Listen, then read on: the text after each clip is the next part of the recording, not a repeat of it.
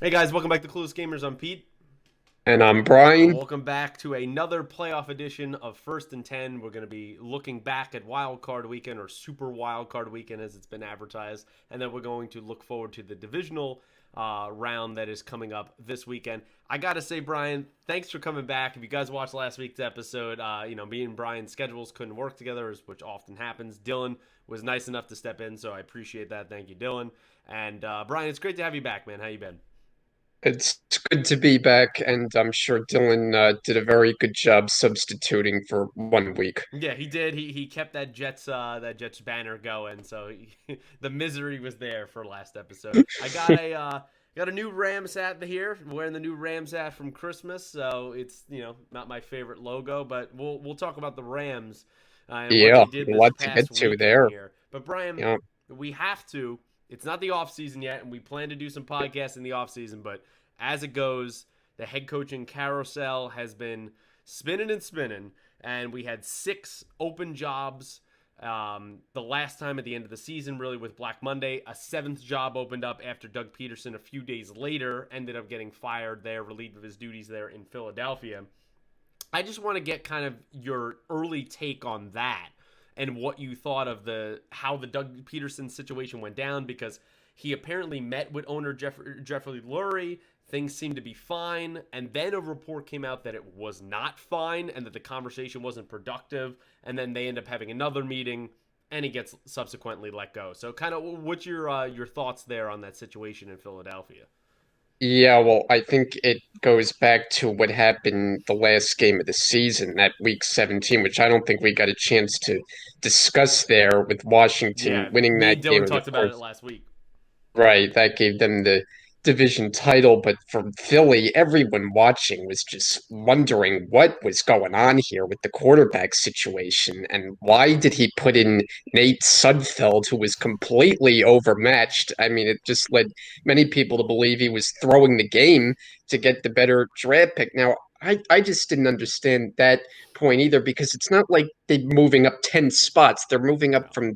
from 9 to 6. Is that Yeah. really that much worth it? No. So I just didn't really understand, but a very bizarre move from Doug Peterson. It just seemed like there's been a disconnect between him and that organization since the Super Bowl. I mean, this is a Super Bowl winning head coach now, just Three a years few ago. years. Yeah, just Yeah, three. 3 years ago. How many times do you see that so early in his career he wins a Super Bowl and 3 years later he's ousted out of a job? I mean, to me, it's just a shame what went down there. And unfortunately, in Carson Wentz, I think was a big part of it. His lack of progression and not stepping up and being an elite quarterback, Yeah. I think, was really a big part of the undoing there.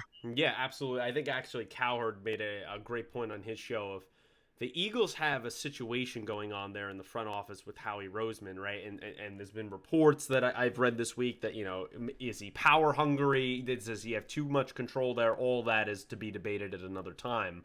Um, but more so, they fired Andy Reid, Chip Kelly, and now Doug Peterson. Those are their last 3 coaches. All of those coaches had a winning record as head coach. And after one bad season, they were fired. So Yeah, that doesn't give me a lot of confidence if I'm a new head coaching candidate and I come into Philadelphia. Do I really want this job? Considering, not to even mention that the roster's a mess, that the cap situation on the team is an absolute mess, that you have a QB controversy going on. I mean, there is so many problems going on in a team that literally won the Super Bowl 3 years ago. yeah, I mean, I will say in the case of Andy Reid, he was there a long time. He Yes. coached like 13 years. He got them to a Super Bowl. Never got over the top there, until of course he went to Kansas Yeah. City. But he did have a very good run in Philadelphia. But yeah, it's not a good situation. This team, when you watch them, they're just something isn't right. And we've talked about the number of injuries, or you've said there should be an investigation into their Yeah. medical There's something. team. There's And something there. yeah, because something just seems amiss with that team, and I don't know how it gets rectified. Yeah, I think it's going to be a very difficult situation going forward, and we'll talk more about that. But I just kind of, since you weren't here last week, I kind of wanted to get your thoughts on what you saw there in Washington. Me and Dylan and I both kind of agreed it seemed very tanking without tanking, and to have Yeah, Nate Sudfeld, a guy who had been there for 4 years, and all of a sudden now you put him in and say, yeah, we want to evaluate him. I understand the season's over, but you understand what's at stake, and you don't know the Giants anything. You don't know Washington anything. It's not about that.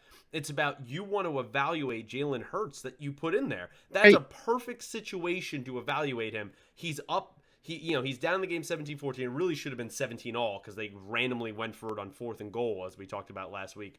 And Yeah. then you take him out. It seems like he burned a bridge there. We already have read the reports that he completely burned the situation down to the ground with Carson Wentz. So it was really Wentz or Pederson, and they decided to move on from Pederson.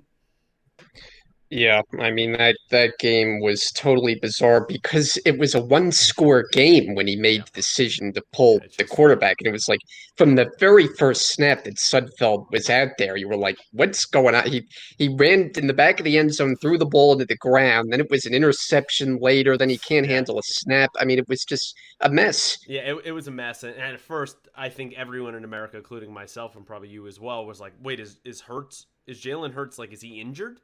And then when you see him on the sidelines, it looks completely fine, and he's mouthing like this isn't Yep, right. You could literally right. see that. Then you're like, Yeah. this is not a great look. Since you Yeah. also weren't around last week, just quickly, I kind of want to get your thoughts on what's going on in Houston, and what do you make of this Deshaun Watson situation? Kind of, riff a little bit. Give us your thoughts on that. Boy, I don't. I mean, it sounds like Watson is forcing his way out of there. It sounds like he's kind of demanding a trade, and that there have been different rumors. Miami potentially Yeah, stepping up. That would be a bold move. And would they really be giving up on Tua so quickly? That just seems like a yeah, strange decision. I don't know how good Tua is. I mean, I think the jury's still out there. He got off to a very good start. It seemed like there was a lot of bright spots, and then I don't the last few games just was not working out. You know, we got pulled for Fitzpatrick and just didn't really look like the same player. But so I don't think they make a move that bold. But I mean, maybe it has reached the point in Houston where they do make a decision to move Watson just because I think they need to change face. This franchise has just been stuck. You heard J.J. Watt's comments at the end of the season. I yeah. think We they talked kind about of it. spoke volumes. So, yeah, I don't really know where they're at, but clearly they need a lot of work. Yeah, there is definitely significant problems in Houston. We talked about that last week, so I won't speak as much on it. The new part of it has been the Miami rumor of trading Yeah. maybe Tua and a couple draft picks, maybe give Houston back their draft pick that they gave to Miami for Laramie Tunsil, which would be 3rd overall. I don't know how I feel about that. I know there's some rumblings, and a report came out this week about like 3 or 4 players in Miami that obviously went anonymous when they reported to the Miami Herald, I believe it was, saying that they don't believe in Tua and they don't really see anything special with him. I agree. I mean, I seen that out of college that I wasn't high on him just because when you're surrounded with as much talent as you are in Alabama, it's going to be the problem that Mac Jones has going into this draft. It's hard to evaluate, but also I just don't see another athleticism. You have an injury history. There's a whole bunch of stuff there. I don't know if I'm Houston if I make that move. Now, that being said, if Watson, which I don't believe he will because he's not that kind of guy, but if he does what another superstar in a different league in Houston just did, then it might be a little bit different. So That's another story. that's another story, maybe on an NBA podcast. But Ugh. as I'm wearing my Brooklyn Nets shirt, but it's hard for me to believe Watson would make it that ugly. I don't think he would Yeah. do that. However, you've heard his complaints. You've heard what he has voiced. He has not been happy with the direction of the franchise. He has every right to be, right? Bill, we've talked at length on this podcast about what Bill O'Brien did to that franchise and what the effects will happen in the next recent years.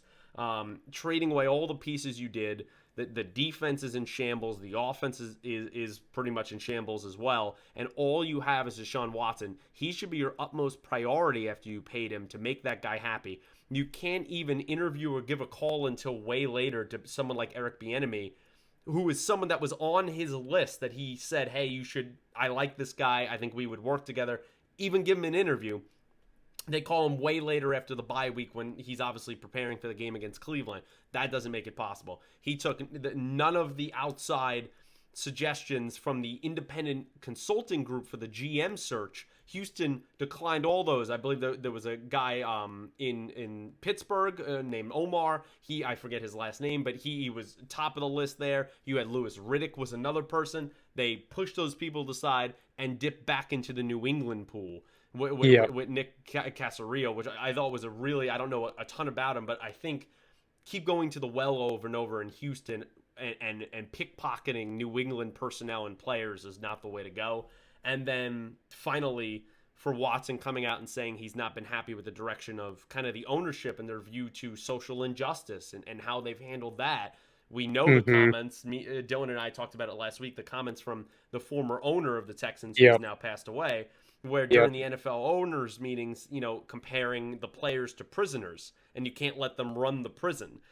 right, Not a great look when you have about yeah. 70% of the league is African American. And so I get all of Watson's sentiments there, and I think I just have a gut feeling by the draft he will find a way out of Houston. That's just kind of what I believe. Yeah, I'm with you there, and I think you said it too, that a big part of it was he thought he was going to be involved in the decision-making process as far as the general manager, and then he felt like he kind of got shut out from that, and that added to the tension there between him and the team. Yeah, I mean, when you have a superstar quarterback and there's very few of them in the league, you listen to that guy. And I know it's not the NBA, and I know the stars don't have the same kind of power. Okay, I get that. But this is a guy you listen to. This is pretty much all you have.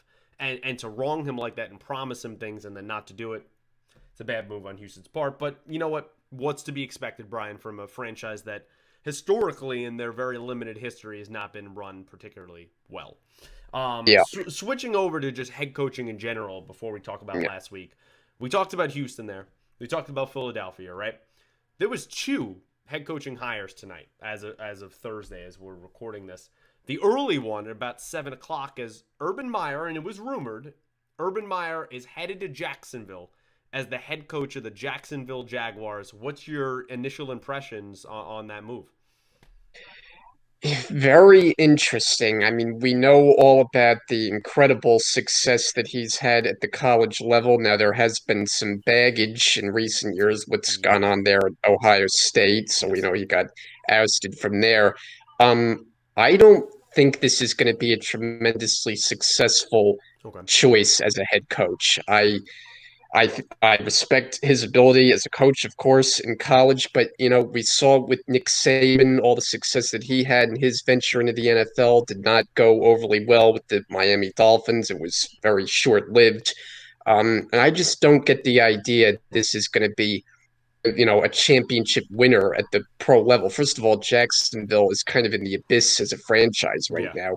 So I think it's a long time before they win. And I just don't think you bring in a guy who, first of all, has now been out of coaching for a little while and has never been in the NFL, and all of a sudden he turns them around. So I don't see this as working tremendously well. Yeah, it's going to be a challenge. I'm definitely a little bit more optimistic than you are about the situation there. I think in Jacksonville, when you have a franchise that has about 80 to $100 million in cap space, you have the first overall pick, which everyone on the planet that watches NFL football assumes will be Trevor Lawrence.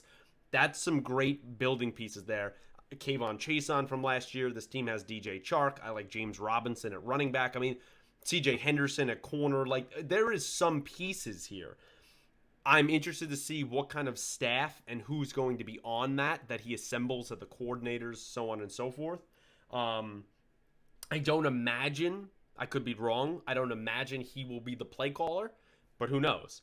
I think he is the type of person that we've seen at multiple programs in college, and granted, college is very different, but that we've seen rebuild franchises and rebuild programs. The challenge in Jacksonville, as you pointed to, of being kind of in the abyss, is they're just not a popular thing. Like, it just, the Jacksonville Jaguars in the city of Jacksonville, in the state of Yeah, Florida, like, they have the lowest attendance historically for the last 5 to 10 years now. The NFL is giving games away. I understand they've been pretty bad, but they're giving games away, home games of Jacksonville to London, pre-COVID, obviously. Like, it's just, it's a hard thing for me to, how are you going to sell that community, even if the team is good? I mean, in 2017 they win the AFC Championship. They were a damn good team. It's not Yep, like they were playing in front of packed houses there. So right. can you change the culture? Now, yes, a superstar head coach possibly and a superstar quarterback possibly. Yeah, that could change a lot of things and create buzz and bring in new fans. I get all that. But historically in that area, in a very relaxed, kind of like Tampa, very retirement kind of style community, I don't know what you're going to get there. But I do like the move at the moment. What is going to be his health concerns, as he said that he left Ohio State, and we also know that yes, there was health concerns, but there was a lot of baggage at Ohio State with his coaches and all that stuff that we won't get into. I'm interested to see what happens here. I definitely am. Well, and The of course, you got an up close look at him at Florida, Yeah, your favorite team, and there was tremendous success there, of course, with Tim Tebow, multiple time national championships. So you had more of a familiarity with him. yeah, a lifetime ago, over a decade ago. That's what life was like. I mean, we seen what he did at Ohio State as well, so we know this guy's a Yeah. perennial winner. It's just going to be as he gets older, as you try to turn around a franchise that has been nothing. I mean, like, yeah, they've made a couple AFC Championship games, but there's nothing to show for it there historically. They're usually the doormat of the AFC South. Can Yeah. you change that? I don't know. We'll see. But I like the hire for the moment. He gets to go back to the state of Florida, somewhere he's familiar with. So we'll see. The second hire of the night went on about an hour and a half before we started here, about 10:30. Was Robert Saleh, the former defensive coordinator for the San Francisco 49ers. He's headed to New York. He's all the way going to the other coast, and he's going to be your New York Jets' next head coach, a 5-year deal. Robert Saleh has, as a Jets fan, and as the other half of this podcast. What's your initial reaction to that? I think the Jets did really well here. And, with the last decision maker at the head coach with Adam Gase from the get-go, it was seen as wildly unpopular, considering he had just gotten fired in their own division. I mean, I did not see too many people who liked it even at the time, and then we saw what a disaster it turned out to be. Somehow the first year they went 7-9. I still don't know how. And Somehow. then yeah, we saw the true colors this Yeah. year. So, but Salah, you hear a lot of really good things about him. You look at what he was able to do with that San Francisco defense. Now, this year it was a little bit of a different story. They had so many guys hurt, They were especially still early. they were still top 10, which was incredible. Right. Despite losing some key pieces. And the year before, this team went to the Super Bowl largely based on that defense. Yeah. So I think he has really done a great job. You hear good things about him being a leader. I like a lot of the qualities. He just looks like a head coach to me. Looks like somebody who's going to control the room, like kind of a Joe Judge type that the Giants had. And we've Yeah. seen, no, it wasn't a great season from the Giants, but they were on the cusp of a playoff. That may say more about the division than anything else, Uh, but I do think the Giants got their long-term answer with Judge, and I think the Jets have their long-term answer now with Salah. yeah, I really like this hire. Would I have liked to see an offensive hire, maybe a Bieniemy, a Brian Daboll, something like that, an Arthur Smith? Sure. I think it's going to be interesting, much like the Urban Meyer situation, and much like when these head coaches are hired. Who is going to be his staff? If he brings in a really solid, really red hot offensive coordinator candidate to teach Darnold and be the actual QB coach that Gase promised he would be, then I think there is something to be said there, because I believe this guy. He has the energy, he has the firepower. We saw Richard Sherman earlier this season, his glowing recommendation talking about Robert Saleh and the kind of incredible coach he is, and him saying that there's no way this guy shouldn't be a head coach, and now he is. I believe that he'll be able to turn around that defense that does have some pieces there. I do like some of the pieces there. You hopefully get back CJ Mosley next year. You still have Quinnen Williams. Maybe he can get more play out of Marcus May. I think you guys still need to really route that secondary and maybe get another pass rusher. But the problem primarily on this team is the offense. It's not good. Darnold has regressed. The offensive line is not fantastic. Your receivers are solid, but not spectacular. There's really no running back that's consistent. So, who is he going to bring in on the offensive side of the ball to kind of change life there for the Jets? But at the moment, I think it's a great hire, and I like high energy guys.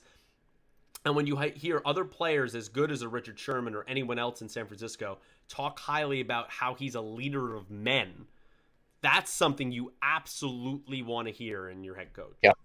And that's something that I think has sorely been lacking with this franchise. Adam Gase was not that guy. Todd Bowles was not that guy. So you have to go back to Rex Ryan, and we know he had his shortcomings. He was very much geared on the defensive side and pretty much ignored the offense, and Yeah. he had his ups and downs. I mean, the team did get to AFC title games, but then things kind of fizzled after that. But no, I think this is a big time hire. If I'm a Jet fan today, I'm excited. Yeah, and you are a Jet fan, so that's how that works Yeah. out. Um, before we go into the rest of the games, let's just talk about. And I talked to you before. I kind of want to rank the final 5 head coaching spots that are left now that 2 have been filled today. Originally, I was going to do 7, but the NFL kind of want to go topsy turvy today.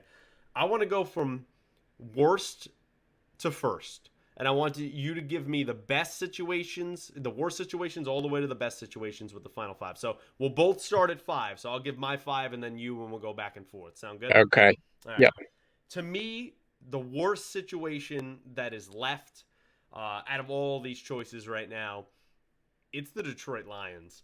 That job is a reclamation project, I guess is the way to say it. There is so many problems there. I know they have a little bit of cap space.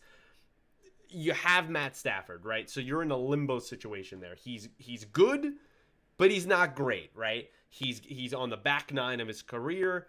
There's not a ton of offensive pieces there. Yeah, DeAndre Swift maybe, and I like Marvin Jones, but I don't feel too great with a lot of the offensive pieces there. Is TJ Hawkinson, is he going to be as good as you think he's going to be, or is he going to be another Brandon Pettigrew that they drafted, top 10 years ago? The offensive line is not fantastic, and the defense that Matt Patricia, the previous head coach, he was supposed to be the defensive guru coming from the Belichick system. He he basically got rid of all the star players that didn't like him and the way, they kind of rubbed each other the wrong way there. And now there's really no one left on that side of the ball. I'm just not feeling anything, any energy vibe, especially when you think of the culture in Detroit has been a losing culture. This team has never even been to a conference championship, so it's got to be number 5 for me. I'm with you 100%. I mean, that's where I was going before you even gave your That's take, what and I like for to all the hear. reasons you laid out. I mean, to me, it's pretty clear, and I think it's pretty clear who number one is. I'm interested to see if you have the same take, but I guess we'll jump into the next spot. Yeah, number 4 for me is gonna have to be. I go back and forth here. I think it's gonna be the Philadelphia Eagles, and I wanted to say the Atlanta Falcons, and so I'll spoil it here. They'll be my number 3. But for me, the Eagles, as we talked about earlier, you got a QB controversy, you got questions in the front office there, and kind of the control you would have coming in as a head coach. It seems like you would have none, and you might be butting heads with Howie Roseman, who has the ear of Lurie over there. And then you have a cap situation that's atrocious. And you know what? This team in 3 years has completely shedded most of its talent, and any talent that is left, especially on the offensive side of the ball, is injured constantly. So I don't find a lot of pieces here are not only reliable, but productive enough going in season to season. So for me, it's got to be the Eagles at number 4. Now, you went back and forth between Philly and Atlanta. I'm actually going to go to Houston Okay. for my next one. I mean, we talked about it before, so I don't think much more needs to be No. added. But you don't know the situation with the quarterback. You have a really good quarterback on your roster, and the team went 4-12. Like that, just they're Yeah. they have a lot of issues there, and I just don't see it getting better soon. I just have a little more faith in the Eagles and the Falcons than I do Houston right now. So for me, they're next up after Detroit. Yep, I think that's a fair point to say. Number three, as I said, I put the Atlanta Falcons just because you're in kind of a situation with the Lions just a tiny bit better, right? So this franchise has had recent success. You do have some pieces there. We've talked about on previous podcasts. They appear to be a very snake bitten franchise that really needs to Yeah. change the culture there because I don't understand how some of the things that happen to them are possible. Um, you have a situation with Matt Ryan where he's under contract. He's not costing a ton based on kind of QBs these days, but he's aging. He hasn't played particularly well. The offensive line needs to be completely rebuilt. The Gurley experiment, I would say, is a complete failure, as you've seen that go. Yeah, you have Jones, you have Ridley, so you have some offensive pieces there. Hayden Hurst, I like that stuff.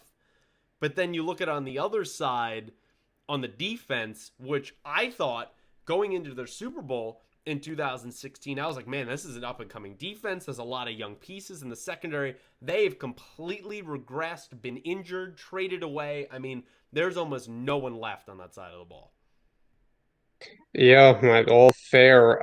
I would go Philly next at number three, and then I would put Atlanta two, just because I think the Falcons are still a decent franchise. You know, Arthur Blank is seen as one of the better owners, and they have had their share of success. They just, as you said, they've been snake bitten. It's not because of a lack of ability. I think you go into most seasons and say this team is more talented than most teams Mm-hmm. in the league, and they just haven't been able to get it done. But I do think it's still an attractive job because there is still talent. Now, they do have to figure out what's going on with Matt Ryan, if he is there or not, which I think is very much still a question. But I still respect that franchise and, what they're about to that I still think it's a reasonably attractive spot. That's fair. And I should correct myself that they did have Hayden Hurst, but he is now a Baltimore Raven. But there's still some pieces there that I like in Atlanta.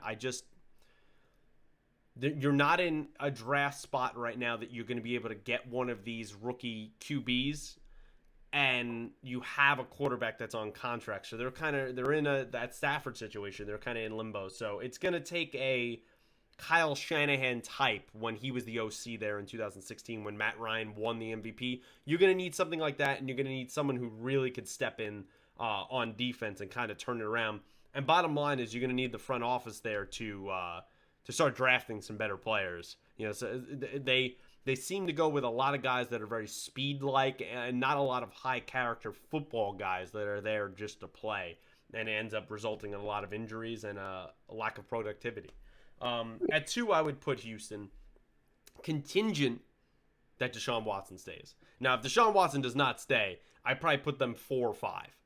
But Yeah. if Watson stays, which I believe he will be moved by the draft, but right now, as of right now, if he stays and they work that out somehow, or he can't find his way out because he's under contract with that new contract he signed, where he's like the second highest paid behind Mahomes. I think when you have a superstar quarterback, anything's possible. And you can draft around. I know they've given away a lot of draft picks, but if they could start hitting on some second, some third round guys, you can draft around and change the culture on that defense, change some of the offensive pieces. It's not going to be overnight next year they're going to be a Super Bowl contender. But in the next 2, 3 years, if you can make Watson happy, we've seen quicker turnarounds in the NFL, and I believe you can change that. If you have that star quarterback, anything's possible for me. So right now, I got to put Houston at 2. And then I think, as I know, I should say we're in agreement on the number one is the Yep, Chargers. Chargers. And I think the reason is clear because we've seen the potential of Justin Herbert. Yeah. This looks like a franchise quarterback. I think you can say that after his rookie season. He was really impressive. There were some ups and downs, but Yeah. he just looks the part. And when you have that guy in place, that makes all the difference in the world for a new coach going in. And I think that makes the Chargers extremely attractive. Yeah, absolutely. I mean, it's definitely the Los Angeles Chargers are number one for me. Um, Much like the Houston situation, you have the superstar quarterback. It seems to be there. I understand it was 1 year, but hey, when you set the rookie touchdown passing record with 31 touchdowns, I got some hope there. They have offensive pieces. You got your Allens, your Mike Williams, your Austin Ecklers. I like that on that side of the ball, Hunter Henry.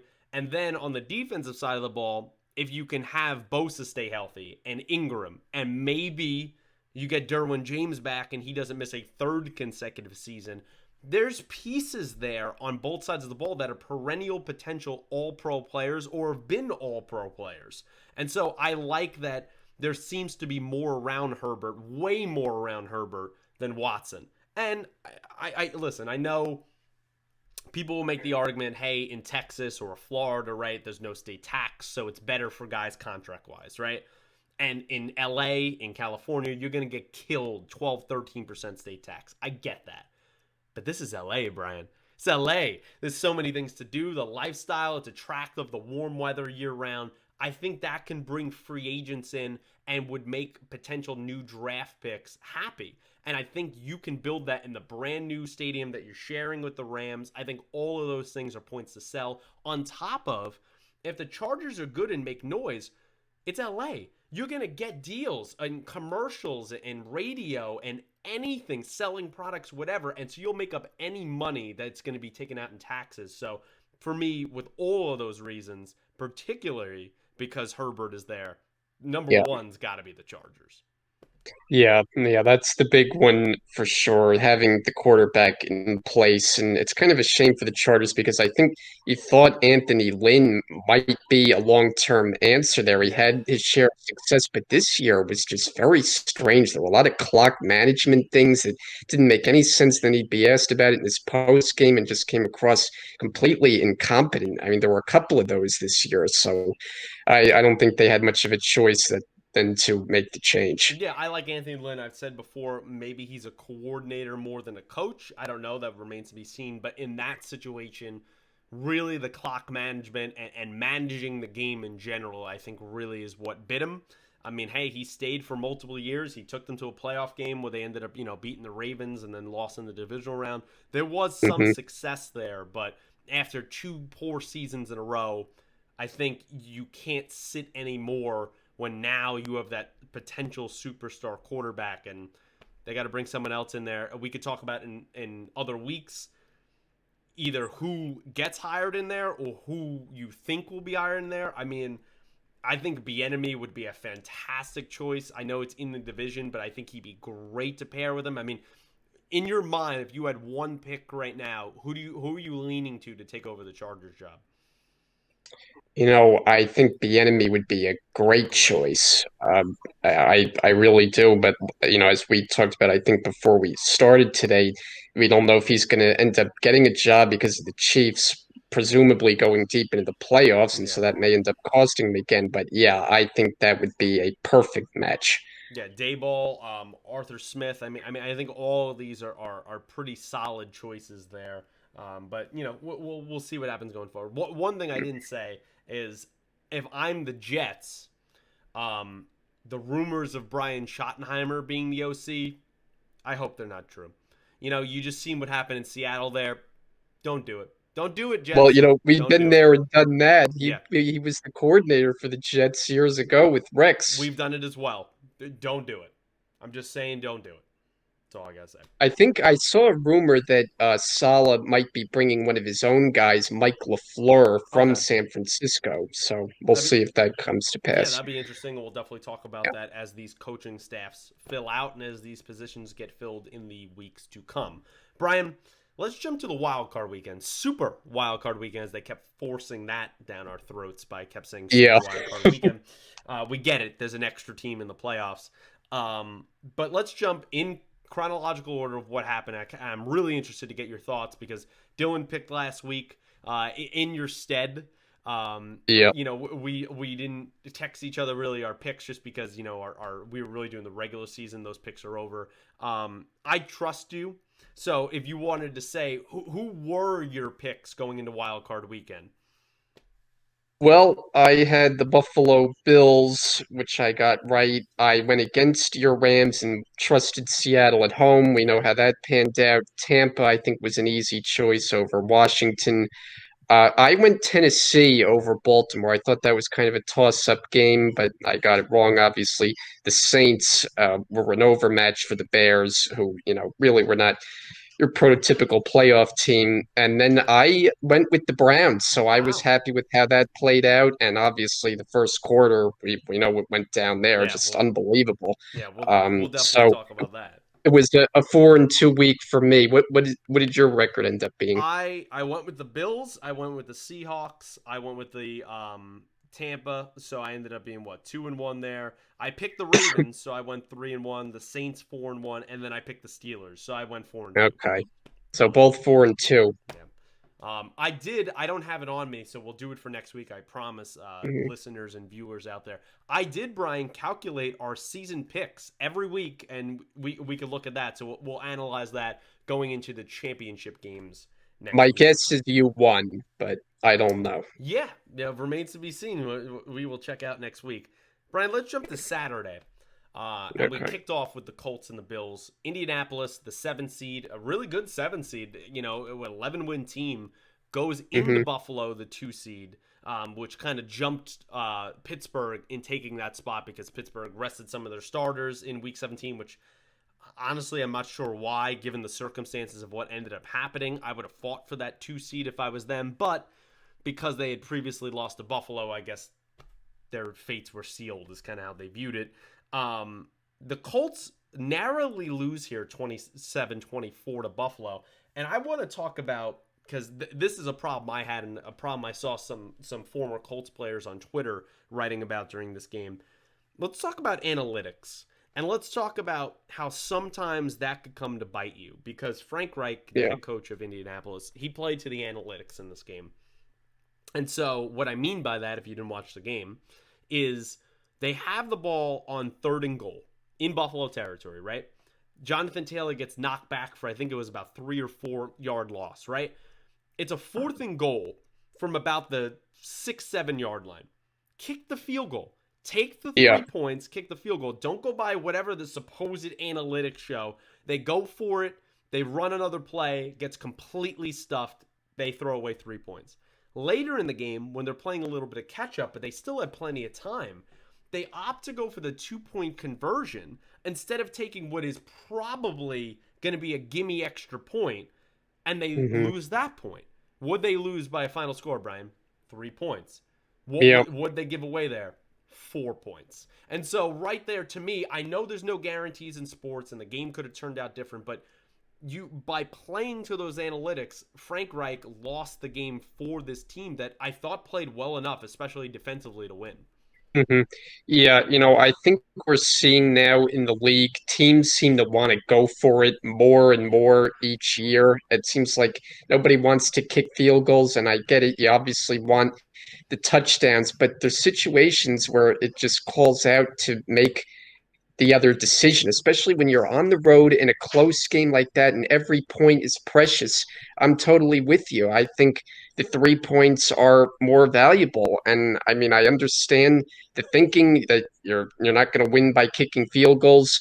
And I will say that the one play with Indy where they did go for it on the 4th down, it actually should have been a touchdown pass from Rivers to Yeah. Michael Pittman, the rookie wide receiver, just couldn't make the catch. But nonetheless, I'm still with you. I would kick the field goal. I think I said it as I was watching the game, even before the decision came. Yeah. So yeah, I mean, I just think coaches were in an age where they're a little too aggressive sometimes, and I think it bites them. Yeah, I mean, this game was very back and forth. It seemed like, Indy was up. Then it seemed like Buffalo had kind of taken the momentum and was going to Yeah. blow this team out, which I said last week. I really honestly didn't think this game would be that close, given how hot Buffalo had been coming in. They're playing at home. And Indy played well, man. And I think they have a bright future with Jonathan Taylor, with Michael Pittman, who had 5 catches for 90 yards in this game. My issue is with quarterback, obviously, right? As it always boils down to in this league. And I thought Rivers played really well. I thought it was one of the better games of the season. However, his completion percentage was still 58%, thereabouts 58, 59. And you could see, as we've seen all year, the limitations. He's not a great deep ball thrower anymore. Not that he ever was magnificent, but you could see the age has set in there. He's not very mobile. He still has great command of the line, and Frank Reich was asked after the game, hey, would he take Phillip Rivers back? And he said, absolutely. And Rivers said he will come back to Indianapolis or he will retire. He literally said that Hmm. after the game. So my feelings is Indy will bring him back just because like what kind of QB situation really are they in? I thought they would be in play for the Carson Wentz situation. Now we'll see how that ends up playing out. But now with Pederson out of Philadelphia, I don't know if Wentz is necessarily going to want to be traded. So, who are you going to? Jacoby Brissett. So I feel like another year they're going to stick with Rivers, but until they get a more mobile superstar potential QB, a young QB, that's going to be the thing that continually holds this team back. Yeah, I agree. I mean, I think there's definitely some pieces there, and I thought going into this game that they actually could make it interesting, which they did. I mean, a lot of people looked at this game and thought the Bills would just run over them, Yeah. considering how well they closed the season. But I thought Indy had the formula to make this a close game, pounding the rock with Taylor, playing that kind of conservative offense that they do. And they did. They played well, but as we said, it was just kind of the little things, little mistakes here and there that cost him. Meanwhile, for Buffalo, just to touch on them, Josh Allen continues to show the star that he's become. And now, what the rumor is, the Bills are going to lock him up to a mega long-term extension. And boy, I mean, just what a turnaround for his career to become one of the big stars in the game. Really, one of the more fun players to watch. What he's able to do with the quarterback position. Yeah, he's really taken his game to a completely different stratosphere this season. I mean, this is a guy in college that was in the 50 completion percentage, like 54%, 56% at Wyoming consistently. He comes to the NFL and he's basically the same, right? And usually the one thing I say, and many people say that are experts in the game, way more experts than I am, accuracy is a harder thing as a quarterback to improve. Typically, if you're that accuracy in college, whatever it is, it really doesn't change that much, maybe by 1 or 2 points in the NFL. So for this offensive staff to change Josh Allen, to improve his mechanics and get him somewhere where he ended the season like 68, 69%. At one point, he was over in the 70s range in completion percentage is incredible. We knew the talent was there. We know he has a cannon for the arm that rivals, Mahomes in Kansas City. We know he's mobile. He's big. Very, very reminds me, as it does many people, of a Ben Roethlisberger, right? He kind of has that body, except I think he's way more athletic than Roethlisberger ever Yeah. was. It was the accuracy was the issue. And now as he gets more command of this offense, as you see him change plays at the line, on top of the accuracy, it seems like he's going to be the long-term solution. And as you said on the first podcast, and we touched on before, Stephon Diggs has changed life in Buffalo. And Amazing. and maybe that was just the one piece that he needed to solidify his game. Yeah, and I just looked at that trade and said, this is just a perfect fit and exactly the guy that you need for while you're developing a young quarterback. See, that's what you have to do is put your young quarterback in a position to succeed by surrounding him with talented playmakers. And that's what the Bills have done. He's got all these downfield options now to go to, and they are explosive and they're dangerous. I mean, this team, who knows, could win the whole thing. They could. The one knock I will give them, well, actually two knocks. One, their defense can sometimes be a little leaky if they don't have a pass rush going on, so that's an issue. The second is, it seems this team has just abandoned the run game. And I know they've had, they've went back from Moss to Singletary, and they've not been able to get it going, but they got to get some run game going as we get deeper here into January, and they're playing the best run team this coming week, as we'll talk about in the entire It's going to be NFL. an interesting game. So, Yeah. can you throw the ball all the time? Is that going to be the recipe for winning? It's an issue that KC is also dealing with, so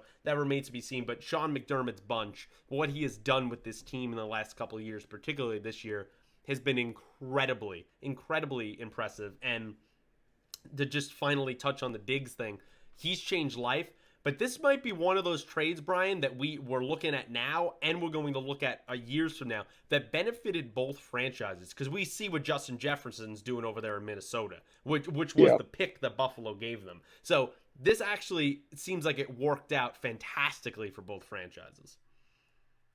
No doubt.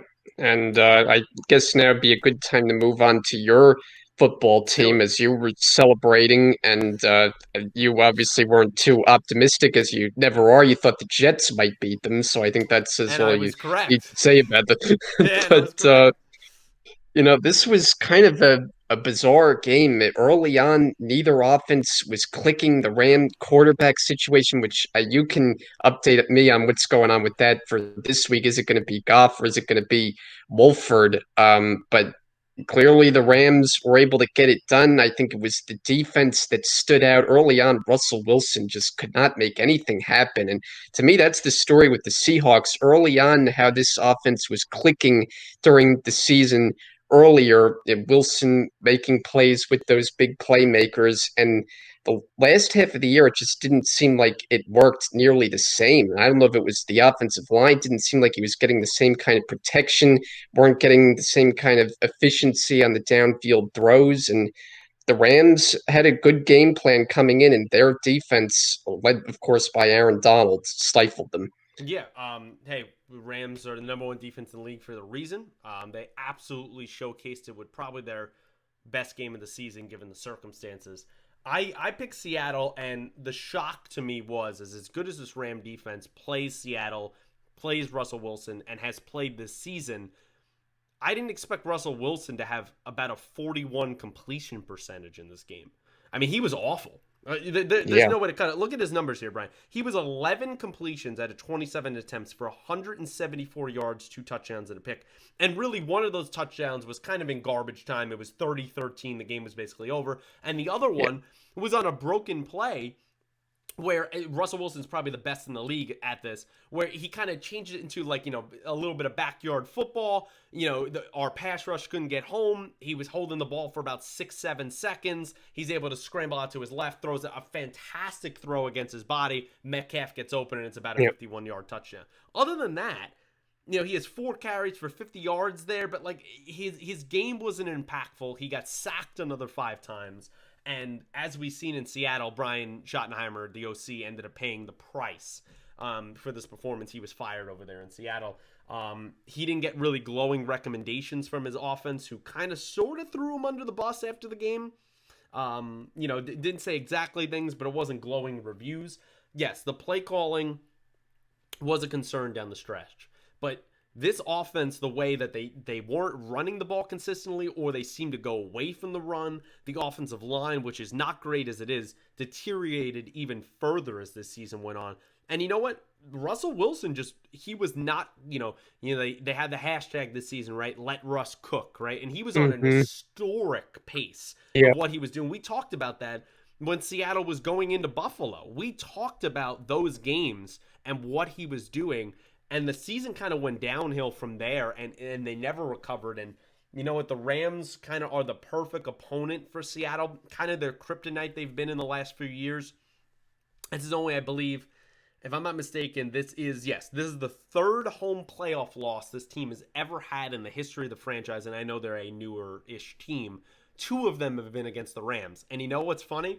I remember that other game. It was 2004, and they talked about it during the broadcast, but I remembered it. It was 2004. It was the wild card. St. Louis Rams went into Seattle, who had won the division. We were the wild card team, and we went in there and won with Mark Bolger. That is when we won. The next week, and I remember exactly where I was when the game happened as well. But the next week, we go into Atlanta to play Michael Vick, who was, at the height of his power at that point. We got absolutely blasted in that game. But that was the last time that Seattle lost a home playoff game. And it's just ironic it came against us. And yeah, we had the perfect formula.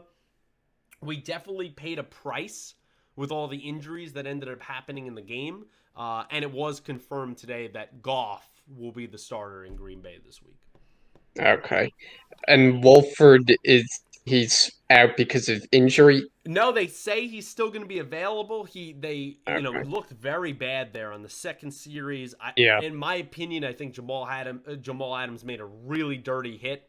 I don't think it was a bang bang play. Wolford was down. They penalized it and then picked up the penalty, which even on the broadcast, I believe it was Mike Pereira, said that was the wrong call. There should have been a penalty there because he was down and then he was hit after the play. But it ended up just being a stinger. He got checked out at the hospital, and he was back per Sean McVay in time for the post game celebration in the locker room. So he's supposedly going to be available for this game. To be honest, if he's healthy, I'd rather him start going into Green Bay because we have Goff, Yeah. who not only has not played well. I don't know if you saw the broadcast, Brian. Goff had a shot on the sideline like this. His thumb was twice the size of it on his right hand to his left hand. The guy, in all fairness, had surgery when that game was taking place 12 days before that. He has 3 pins in his thumb currently, and now he's going to go into freezing temperatures in Lambeau. I don't know how that's going to work out, but I guess we'll And see. Cup got hurt at the end of the game. It seems to just be a bruise. It looked really bad on his knee. I was worried it was like some kind of ACL injury, but thank God it was not. He's supposedly going to play. And then Aaron Donald reportedly tore some cartilage on his ribs when he tackled Russell Wilson. He actually saved a touchdown on the play. And Wilson's body kind of like fell on top of him, and he immediately like went down, tried to get up, and went down again. But they're saying, as they call him, the Terminator. They say he's going to play this week. They've kept him very limited in practice. So yeah, we'll talk about the Green Bay game, but it was a fantastic performance from the defense, especially when you have your QB throw 19 times and only have 9 completions and just looked relatively lost. I mean, the first play of the game, he comes in, he gets sacked, and we have to settle for a field goal. yeah. We were a mess offensively. It was really the Cam Akers show, and it was the defense. And props to Darius Williams on that pick 6. Fantastic film study by you, sir. Going Yeah. over to And did you want to say anything else?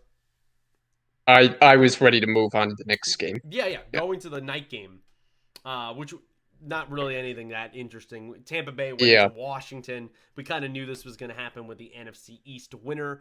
Washington actually gave them a fight. Yeah. And Taylor Heineke didn't look that bad. He's definitely going to earn himself some reps going into next season when Washington's figuring out their QB situation. But my takeaway here is Tampa Bay does not play well against teams with winning records this season. They played another team with a losing record. The offense was okay. I don't hold too much stock in what they did against Washington, even though Washington has a good defense. But I'm more concerned about that defense in Tampa Bay that didn't look particularly great. Yeah, and going in, I think most people thought this would be a walkover win for Tampa, and it didn't turn out to be that way. And yeah, like you said, Taylor Heineke, give him credit, really stepped up and played well. I mean, over 300 yards, threw a touchdown, Rush for a touchdown. rushed for a touchdown as well. And Terry McLaurin has really become a star in this league at Yeah, the wide receiver position. I like him. Uh, but for the Bucks, it's been a bizarre season, as you talked about. Not very good against winning teams. We'll see what happens. We'll get to their preview against the Saints. Obviously, it didn't go well against the Saints, especially the second meeting when they just got blown out on their home Yikes. field. So this will be a fascinating game, obviously, on a lot of levels. Yeah, it just, you look at Brady's numbers 22 for 40, 381, 2 touchdowns, no pick, and you go, oh, wow, great game. But really, it speaks more to Washington's lack of tackling and their secondary. 22 of 40 is a 55 completion percentage. I mean, we're not talking about anything great, and I understand Bruce Arians is all about the bombs out offense. I get that. But to me, if Tampa Bay wants to go into New Orleans and win that game, they're going to have to rely on Leonard Fournette, who had his best game of the season there as a Tampa Bay Buccaneer. Because I don't know if they're going to be. They're not going. I'll just say it. They're not going to be able to pass the same way on New Orleans as they just did on Washington and some of these other poor teams they beat up in the Yeah. back end of the season. So yeah, nice win. Nothing that unexpected. I mean, it would have been a catastrophe if Brady was knocked out by Washington, which for a second there it kind of seemed like it. But Washington just, even though they played well, they didn't have enough offense to capitalize on the turnover that happened there with Tampa Bay, and they just couldn't stop Brady on the deep passes. Yeah, and then I think you get into some more interesting games on Sunday, starting with the This is the Ravens best and game. This Titans. was the best game of the weekend, I think. Yeah, and I thought it was a toss-up. I was actually a little surprised that the Ravens were favored. I thought it would be a straight up pick 'em just because of the success Right. Tennessee had beating them in Baltimore earlier this season, and of course last year's playoff matchup. So I didn't see. I know the Ravens finished the season really strong, but I was a little surprised by that line. Tennessee came out, had the lead early. This game turned though on that Lamar Jackson insane run for a touchdown, which on that play, I mean, I don't think I've ever seen a quarterback run faster. That was just incredible to watch and just shows you the kind of ability that he has that just no other quarterback can do. And I mean, at times he can be inconsistent. We know up until this game, he hadn't had very much success in the playoffs, but this was a big game for him to get that monkey off his back to say, finally, I got a playoff win. And now they can move on. They've kind of hit their stride at the end of the season. And obviously, we talked about them being a dangerous team in the AFC. Yeah, I think that playoff narrative with Lamar Jackson was very overblown. I mean, he played in 2 playoff games. He was 0-2. The guy just turned 24 this past week. Like, let's relax. Yeah. And Tennessee has kind of been their kryptonite. This has been the best rivalry, kind of renewing the rivalry of 20 years ago or so in the NFL. I was so excited all season. I wanted the teams to meet in the playoffs again. It was perfect that they did this time in Tennessee, last year in Baltimore. But I picked Baltimore going to the game just because they've been red hot, and Tennessee has been very up and down here in the back end of the season. This game did come down to that run, but the narrative as well that the Ravens cannot play from behind is still true. It just wasn't true in this game. They're down 10-0. Tennessee is majorly controlling the game after the first quarter. Lamar turns the game on the head with, which I understand, like, it doesn't look it sometimes on that 48-yard run that he's running that fast, but trust me, to those players, he was running freaking fast on a cold field in Nashville. Yeah. And it changed the entire game, and really, I felt like the momentum was never gained back by Tennessee. And then you come down to, in the second half, Tennessee has the ball. It's 4th and 2. They could go for it. And instead of I settling didn't for the field understand goal, that at you all. have Derrick Henry. I understand he's been getting stopped all day, but you have two options there. You have Derrick Henry. You run the ball at their face and go, we're going to pick up these 2 yards even though you stopped us all day.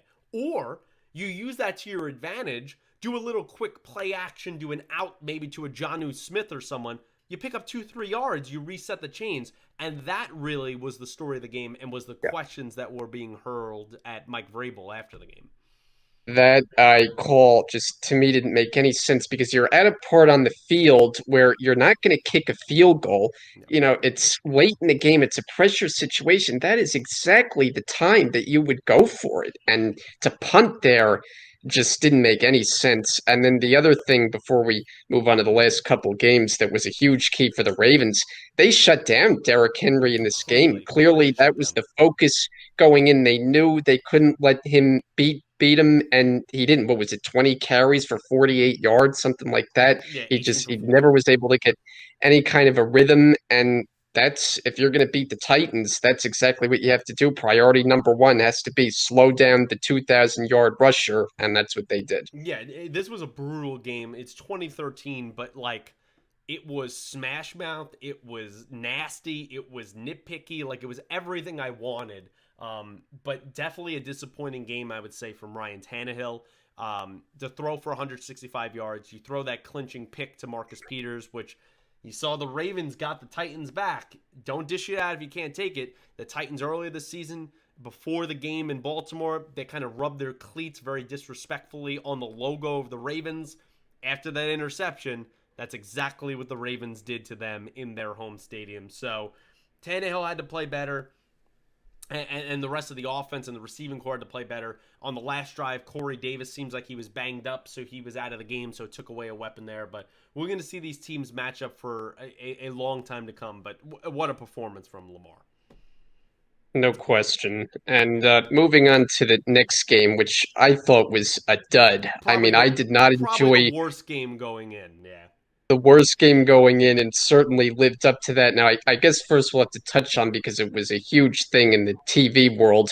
Did you watch any of the Nickelodeon I broadcast? actually did. I was Yeah. curious and I actually switched over for maybe about 10, 15 minutes just to see what it was like.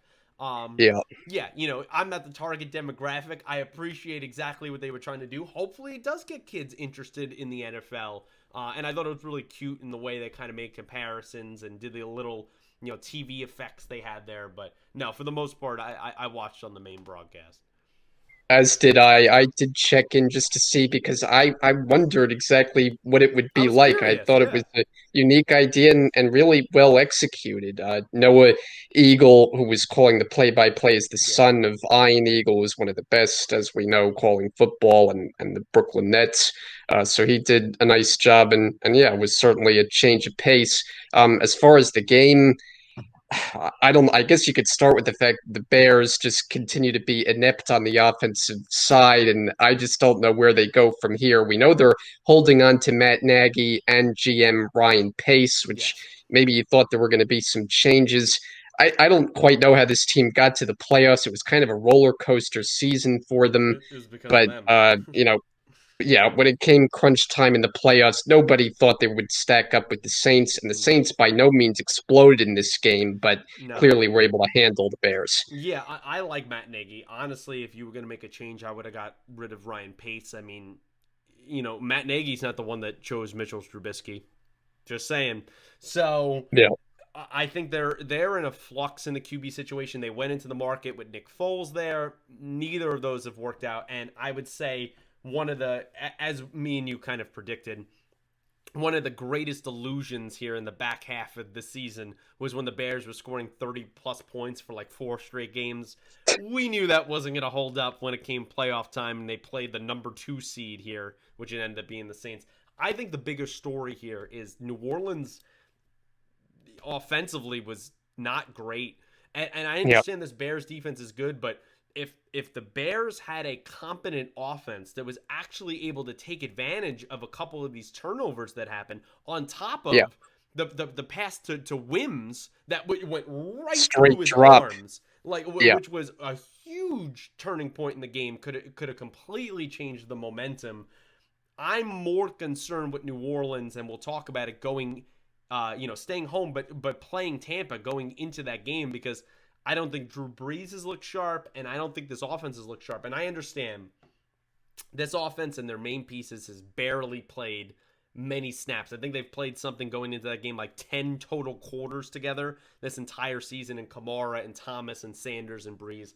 I get that stuff. But even weeks prior, I'm getting concerned with this Saints offense. I've been concerned when I've watched them throughout the season, and yeah, this to me doesn't look like a team that has what it takes to win it all. We'll get your pick there for that game coming up because it's going to be interesting. The third time around going against the Bucks, but I'm with you. I think there's a lot to be concerned about from the Saints' standpoint. Yeah, I just think they have to hang their hat literally on that defense, which is fantastic. I don't know if you've seen this, and maybe it's been reported, but Hendrickson, the great defensive lineman pass rusher there for the Saints, he missed this game. He's been injured here in the back half of the season, I believe with a neck injury. I wonder if he is going to play in this game because he has dominated the Bucks in particular. I'm going to look that up when we talk about the next game, but if they have Hmm. him, watch out. But yeah, this game really is 21-3. Honestly, if the Saints were a little bit better on offense, it would have been way worse. That kind of walk-off one-handed catch by Jimmy Graham, which maybe is the final play of his career, who knows? Kind of typified the what was going on there in Chicago on offense. Let's go to the night game, the final game of Super Yeah. Wild Card Weekend. We go to Pittsburgh, and Mhm. I don't think we can talk about Cleveland Pittsburgh without talking about this first quarter. Ugh. What did you make of that as that was unfolding 28 to nothing at the end of the first quarter? Well, the game starts, and we knew the Browns were missing key players on offense. We knew they were missing their head coach, Kevin Stefanski. They had all kinds of COVID-19 issues, and really seemed like the deck was stacked against them going into this game against the Steelers. Not to mention they had just played them last week, played them competitively, but lost, and they lost something like what 15 or 16 straight games at Pittsburgh. So Yeah, you thought, how are the Browns I think possibly it going to get was this done? I think it was 17 in a row. I think was it Right, was. yes, something like that. And then the game starts, and the first play of the game, you get the errant snap that goes back to the end zone and recovered for a touchdown. And there's just certain games where it's just not your night. And when you Yeah. have the first play of the game like that from the Steelers, that's just extremely hard to recover from. Remember in the Super Bowl with I was gonna Denver say, and did it Seattle? remind you of that of the Peyton Manning play? Exactly. I mean, it was the first play of the game. Now, that one, it was a safety instead of a touchdown. Yeah. So in this case, it was far worse. And And we yes, can we even call out? Did you see on that play with Connor and particularly Ben Roethlisberger? I mean, what was the effort to jump on the ball there to at least get a safety or even pin the ball inside the 5 yard line? If you end up punting, who cares? You gave them a yeah. free touchdown. Ben Roethlisberger. Everyone in the world criticized Cam Newton in the Super Bowl, and then they're gonna let this go. He made absolutely no effort to jump on that ball. And, that's just the way this game played out. It looked a lot better. The final score, 48-37, and Roethlisberger went up with these gaudy numbers because he threw the ball Yeah. 68 times and wound up with 500 yards. It's all meaningless yardage. The crooks of the game were dominated by Cleveland, and everything they touched in that first quarter turned to gold, whether it was running it with Nick Chubb, whether it was Baker Mayfield being effective. Every bounce went to the Browns. Roethlisberger's getting passes tipped at the line, intercepted, and the Steelers just looked completely out of it. They looked lifeless, and that's why I think there was reason for blame for Mike Tomlin. And Yeah. this is a team. The story of their season, they started 11-0 and closed with only one more win left the rest of the regular season. This, to me, that's why it was a little more predictable. I know, as I mentioned, all the issues that the Browns had going in, but I picked Cleveland. I just thought the Browns were due here, and they did enough this season, really made big time strides. And the way the Steelers kind of folded at the end gave me reason for optimism from Cleveland. Certainly, I did not expect what happened in that first quarter and Yeah. how the game played out. But the fact that the Browns won to me wasn't as big of a surprise as it was to most. I was sort of surprised. I was just more surprised of how it unfolded, right? I thought Cleveland would actually give them a run for their money. I just figured that Pittsburgh, being experienced, being at home, being how they've dominated Cleveland in Pittsburgh. I mean, Cleveland barely wins the week before with Mason Mhm. Rudolph at quarterback. They were trying to get a 2 point conversion to tie the game and go to overtime. And then, given all of the COVID issues with Cleveland, I felt like, man, just stacked against Cleveland again. Another year that this typically works out. But hey, yeah, some weird things happen, and these guys played their tail off. Anytime, if you're the Steelers in this case, but anytime if you're any team, you turn the ball over 5 times in a playoff game, never mind any game, but especially in a playoff game, I promise you're gonna lose.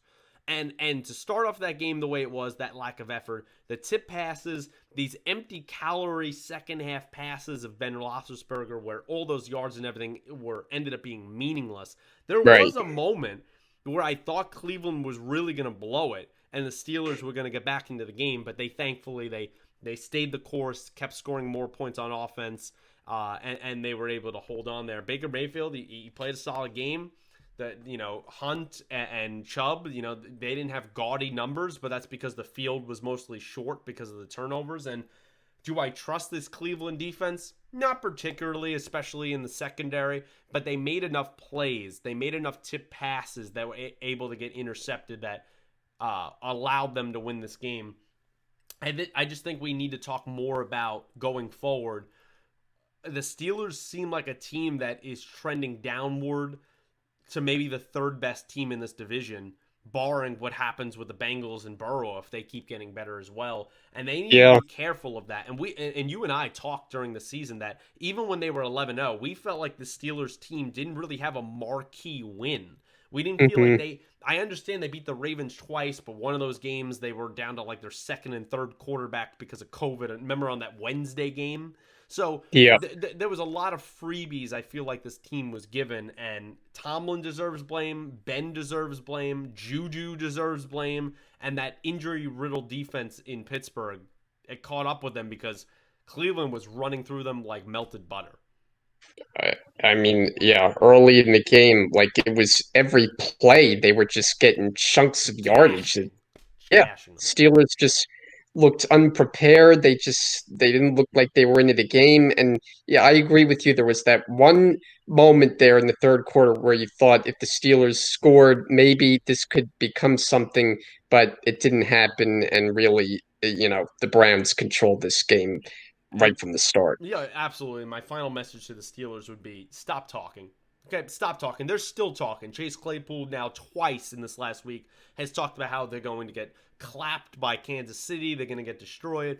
We didn't like how they treated Juju after the game. You know what? If you didn't like how they treated Juju, not only win the game, but if you're Smith Schuster, don't be dancing on logos all season and don't be talking smack all season if you can't back it up.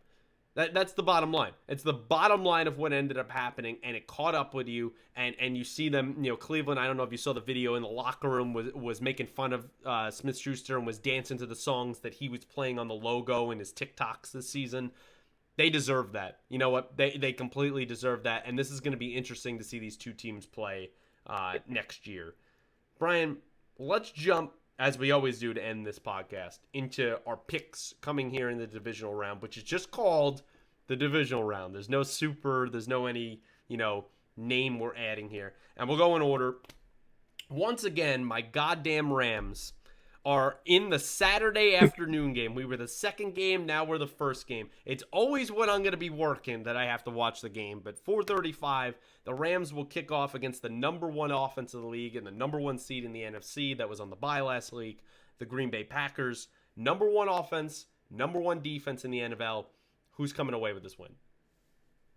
I have to go against your football team here for a second straight week. We'll see how it plays out this time, but I'm going with Green Bay. And really, to me, what it comes down to is I just don't know what I'm getting out of the Rams offense. And I know the Packers, yes, the Rams may be able to limit Green Bay more than most teams do, but in the end, Rodgers is just too hot right now. I mean, Yeah. the season that he had, I think he's on his way to winning his second MVP. Devontae Adams just had a special year. It's going to be a tough matchup for him going against Jalen Ramsey, and we know what the Rams bring as a defensive unit, but I just think Rodgers is too hot right now, too many weapons at his disposal, and just for me, too many questions from the Rams' standpoint on offense that I think Green Bay has the distinct edge at home. Yeah, I'm gonna go Green Bay, which is not entirely shocking. I feel like I've not predicted my team well all season, mostly just because they've been a very up and down team, and I don't know what to make of them. But Yeah.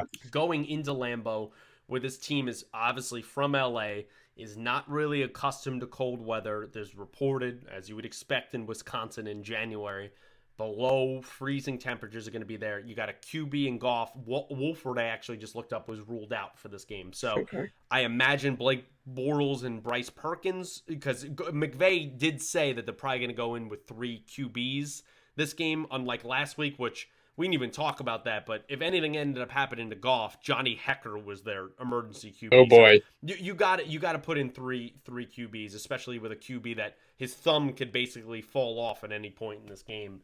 But given Goff has played very poorly this season, seems like the team has lost confidence in him. That McVay has been frustrated, visibly frustrated with him. You couple that with he's going to be less than 3 weeks removed with a three pins in his thumb that he still currently has, surgery on the thumb. You go into cold weather. I mean, if you've ever had a muscle injury, you know how it reacts in cold weather. It ain't great. It stiffens quickly.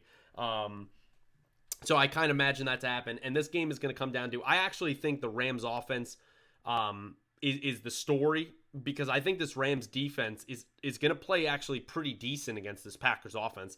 I don't think they're going to blow up. I'm not saying that they're not going to score maybe 27 points. I'm thinking in the neighborhood, maybe 30. But if this Rams team wants to win, it's all down to their offense and their special teams. They need to score over 30 points, barring Aaron Rodgers gets knocked out of the game. And I don't think they can do that right now. And I think this could potentially get ugly. I'm thinking somewhere in the neighborhood of 30-13 Green Bay. I was thinking something right in that neighborhood as well. So I we'll hope I'm see. wrong. I hope I'm wrong. On to the night game, which I think has a chance to really be a show to Yeah. watch Lamar Jackson and Josh Allen go head to head. It's a game I've kind of been going back and forth on, but I think I am going to go with the Buffalo Bills at home. I'm just really starting to buy what I've seen each week. You just like Josh Allen more and more the more you watch him. And of course, we know all the ability that Jackson has. I think both teams are going to put up big point totals. I don't see either defense really slowing the other one down. Clearly, the Ravens have the better unit, but I think the Bills make enough big plays here, and I'm just going to continue to ride Josh Allen to another win here on Saturday night.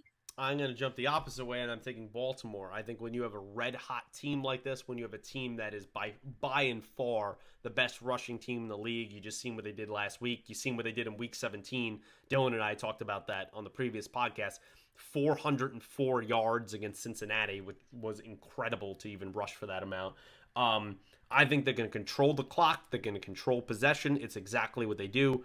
And in Buffalo, as I talked about previously earlier in this podcast, they've become a very pass-centric team. They've really went away from the run, and I think that Josh Allen, as good as he is and as good as that passing game has been, they're going to have limited opportunities, maybe 8, 9 possessions for the game. That's usually what the Ravens end up giving their opponents, and I think Baltimore will be able to make enough plays, dominate the clock, and they're going to come away with a win.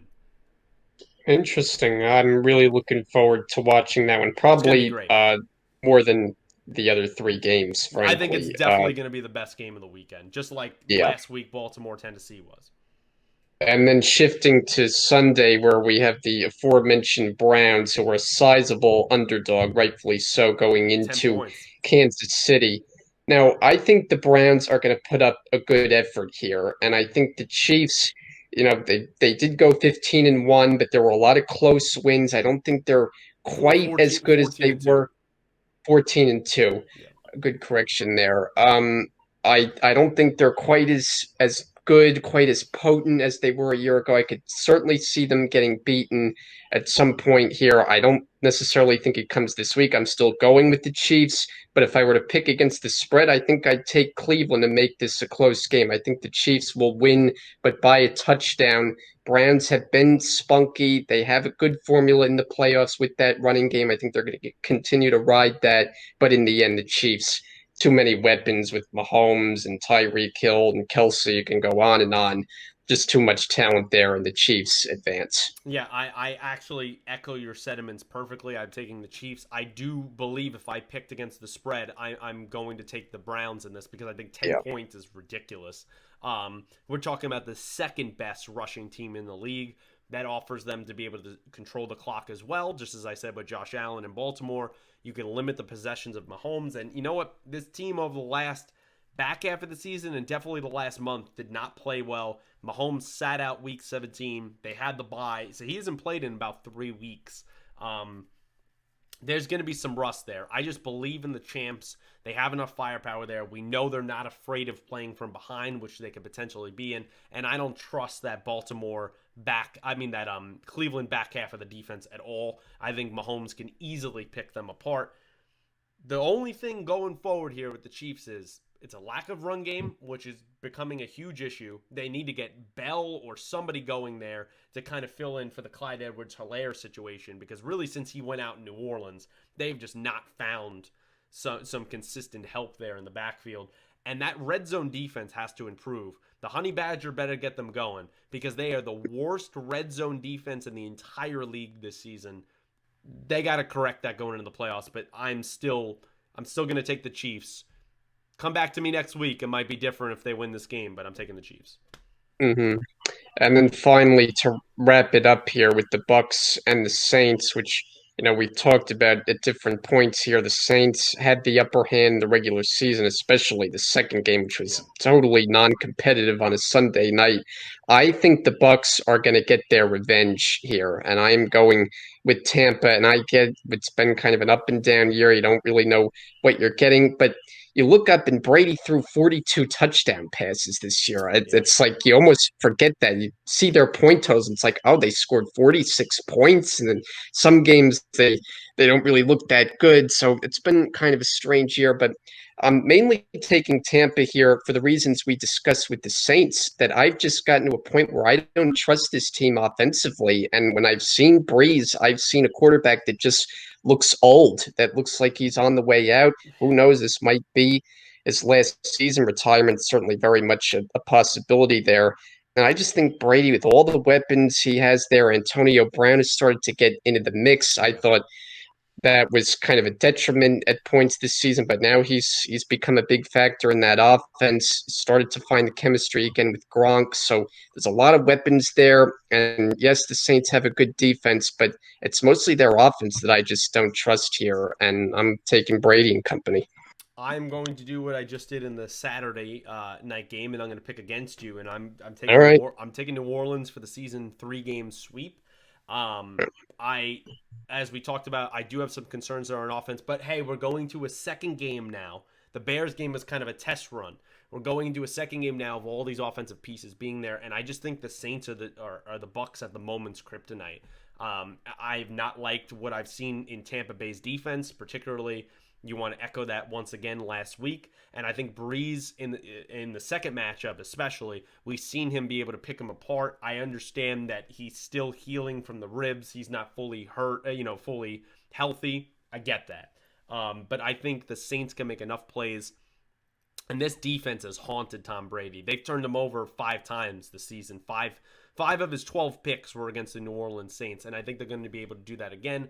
Hendrickson, as I said, I looked up. He is limited this week in practice, so he is questionable to play. But if he plays, I think it's by and far the Saints have a great chance. And with those cornerbacks they have there, and at safety with both Jenkins and Janoris and Malcolm, I got to take the Saints in this one. I just can't. I wouldn't be surprised if the Bucks won, but I just can't take them right now. All right, so we had two agreements and two Yeah. disagreements. That sets up for a very interesting weekend. Absolutely. It's kind of the way the season has gone for us. But, guys, that's going to wrap up here another edition of First in 10. Brian, thank you for joining me. It was great to have you back, man. And you have any closing thoughts here going into the divisional weekend? I think we're going to have four really good games, and I think the one that stands out is, as we talked about, is Baltimore and Buffalo. Watching those two quarterbacks square off their running ability, throwing ability, that's what you want to see as a football fan. Yeah, it's going to be great. And you know what? The AFC has a lot of great up and coming quarterbacks that are either in the playoffs or not in the playoffs, like a Herbert. So it's going to be a very interesting conference for the years to come. Guys, that's going to wrap us up here. Like the video, subscribe to the channel, share with your friends if you be so kind. As always, timestamps will be down below in the description. Our socials, both to our Twitter accounts, if you want to follow our thoughts in this playoff weekend. I'm sure we'll be tweeting about that. I'll definitely be tweeting about the Rams. That will be linked down below if you want to check that out. And we'll talk to you in the comments below. As always, thank you for watching, and we'll see you next week. Thank you.